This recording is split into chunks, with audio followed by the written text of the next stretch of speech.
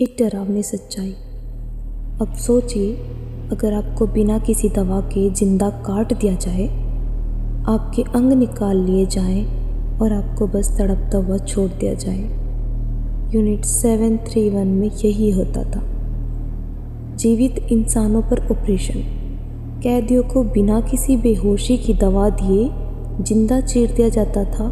उनके दिल, फेफड़े और किडनी निकाल कर देखा जाता था कि शरीर कितनी देर तक जीवित रह सकता है। यहाँ प्लेग, हैजा जैसे खतरनाक वायरस इंसानों पर छोड़ दिए जाते थे ताकि उन्हें देखा जा सके कि जब दुश्मन देशों पर इस्तेमाल किया जाएगा तो क्या असर होगा।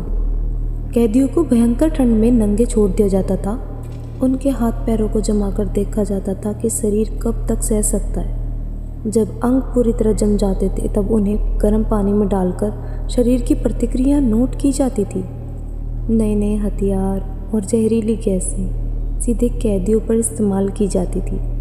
उन पर बंदूकें चलाई जाती थी, बम फेंके जाते थे ताकि देखा जा सके कि इंसानी शरीर पर क्या असर होता है। इस नर्क में चीनी नागरिकों, कोरिया कैदियों और रूसी सैनिकों का सबसे ज़्यादा यातनाएं दी गई।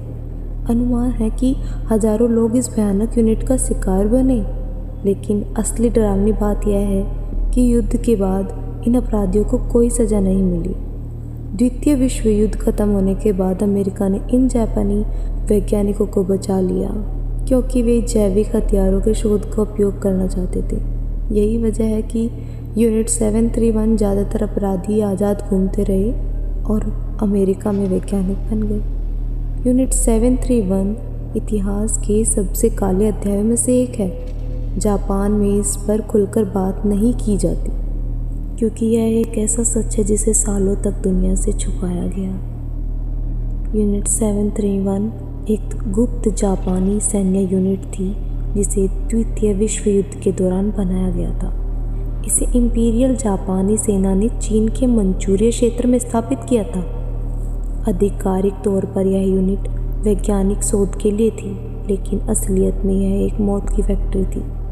यहाँ हजारों निर्दोष लोगों को भयानक प्रयोगों का शिकार बनाया गया।